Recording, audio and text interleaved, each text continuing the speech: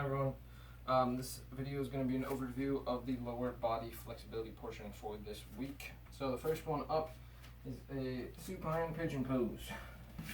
So you're going to lay down on your back, get nice and comfortable, abs are engaged. You're going to bring one leg over, bring it right in front above your other knee. So you're not on the knee, you're just slightly above it with the ankle.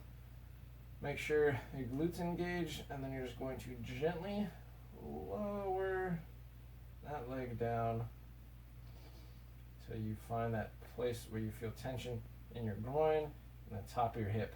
You want to try and make sure you keep the opposite leg down on the ground and just calmly breathe here. And then gently bring that back up, and then you come out of it.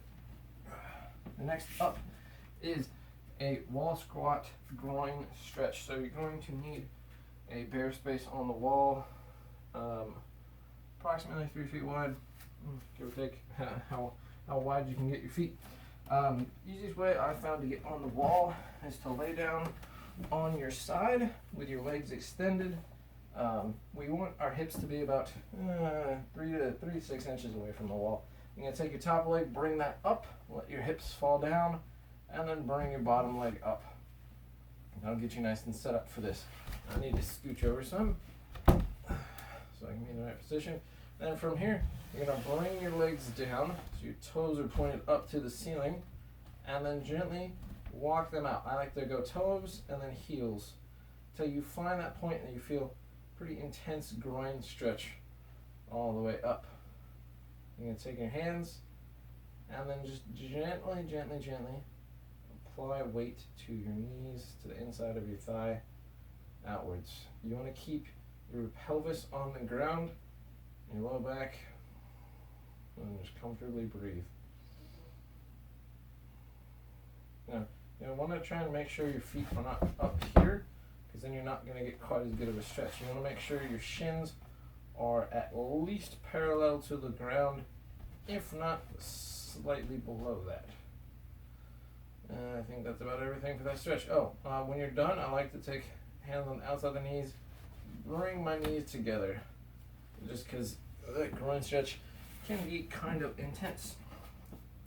Next up is the lizard lunge. If you're not familiar with lizard lunging, I would advise starting this on a nice stable chair or something else that you can put your hands on and get your feet next to. So, starting position, you're going to be on top of the chair. You're going to bring one leg so it's in line with your shoulder and your arm, so it's all the way down, nice and vertical. I'm going to switch back just so you can see the leg movement, and then you're going to move that other leg back and drive through your heel till you get that nice lockout knee and glute strong squeeze, and then the goal is to just sink your hips down. You can let your chest come up a little bit, but you want to make sure you don't lose this, and so you're taking it in the back. You're trying to push your hips down and slightly forwards while you're also extending that heel back. Now, if you're pretty comfortable with the stretch, you can get rid of the chair, and you can do this right from a tabletop position.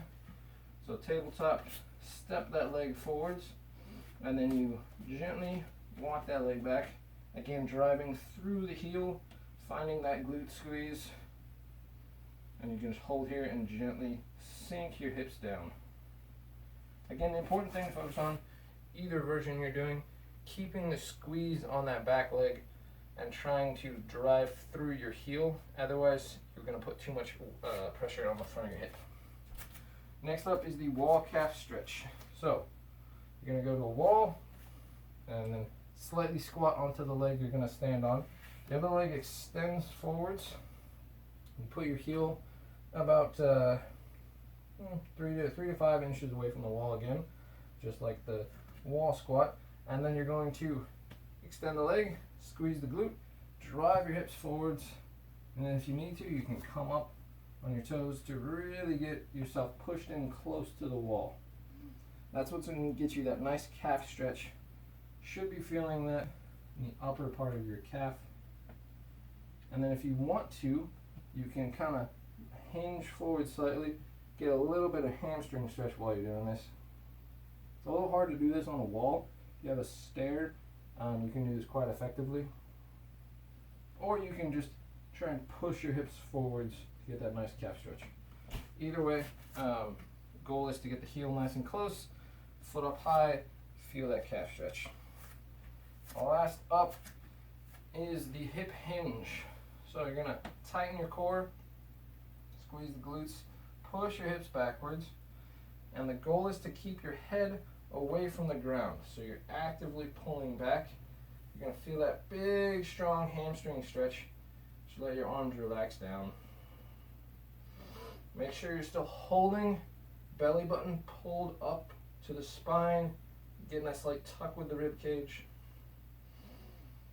and then nice gentle breathing. You don't want to have your legs completely locked out, especially if you're prone to hyperextension, because this is going to make it harder to get into the hamstrings. But you also don't want to have a real giant bend, because then again, that's going to be hard to get into the hamstrings. You want it to be just barely unlocked, and then you can really get in there, get that stretch, and you want to try and feel it all the way up the back of your leg.